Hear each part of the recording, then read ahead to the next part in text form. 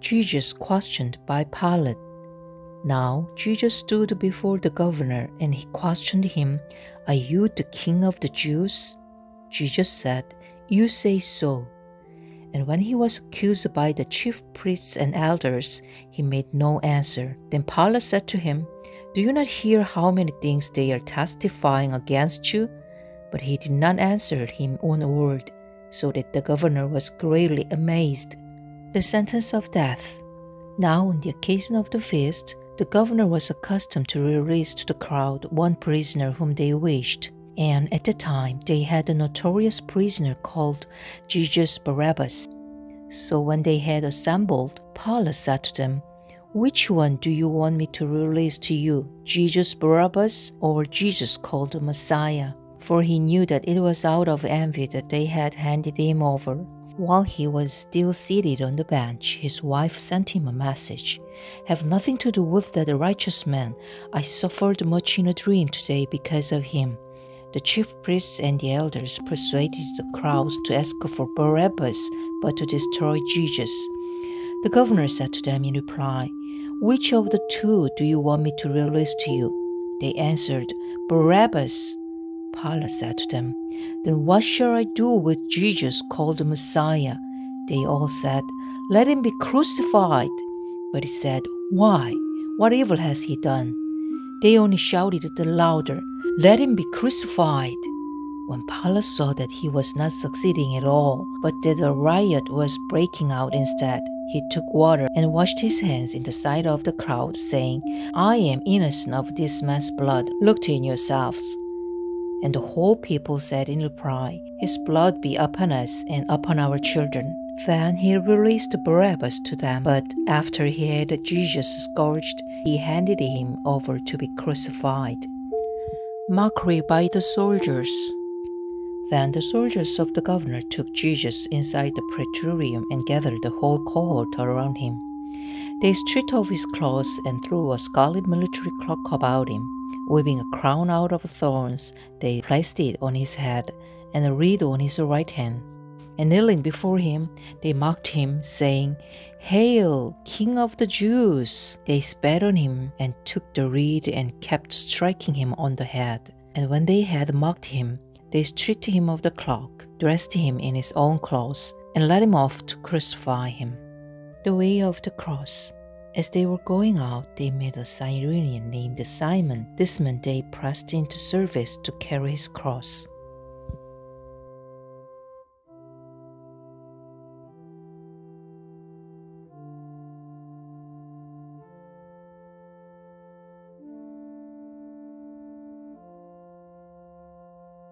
The crucifixion. And when they came to a place called Golgotha, which means place of the skull, they gave Jesus wine to drink mixed with gall. But when he had tasted it, he refused to drink. After they had crucified him, they divided his garments by casting lots. Then they sat down and kept watch over him there.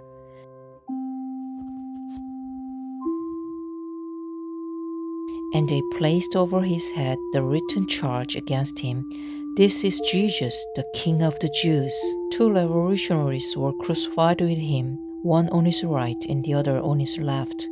Those passing by reviled him, shaking their heads and saying, "You who destroyed the temple and rebuilt it in 3 days, save yourself. If you are the Son of God, and come down from the cross." Likewise, the chief priests with the scribes and elders mocked him and said, "He saved others. He cannot save himself. So he is the King of Israel. Let him come down from the cross now, and we will believe in him. He trusted in God. Let him deliver him now if he wants him." For he said, "I am the Son of God." The revolutionaries who were crucified with him also kept abusing him in the same way. The death of Jesus. From noon onward, darkness came over the whole land until 3 in the afternoon. And about 3 o'clock, Jesus cried out in a loud voice, "Eli, Eli, lama sabachthani," which means, my God, why have you forsaken me?"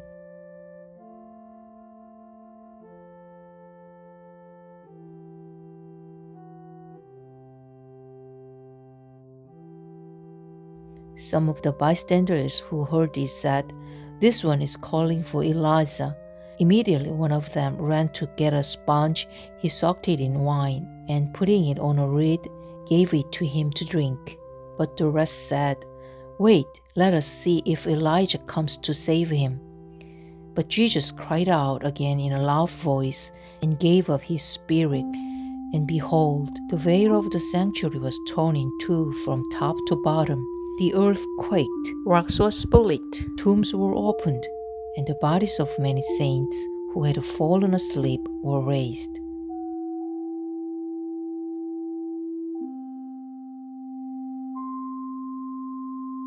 And coming forth from their tombs after his resurrection, they entered the holy city and appeared to many. The centurion and the men with him who were keeping watch over Jesus feared greatly when they saw the earthquake and all that was happening. And they said, "Truly, this was the Son of God."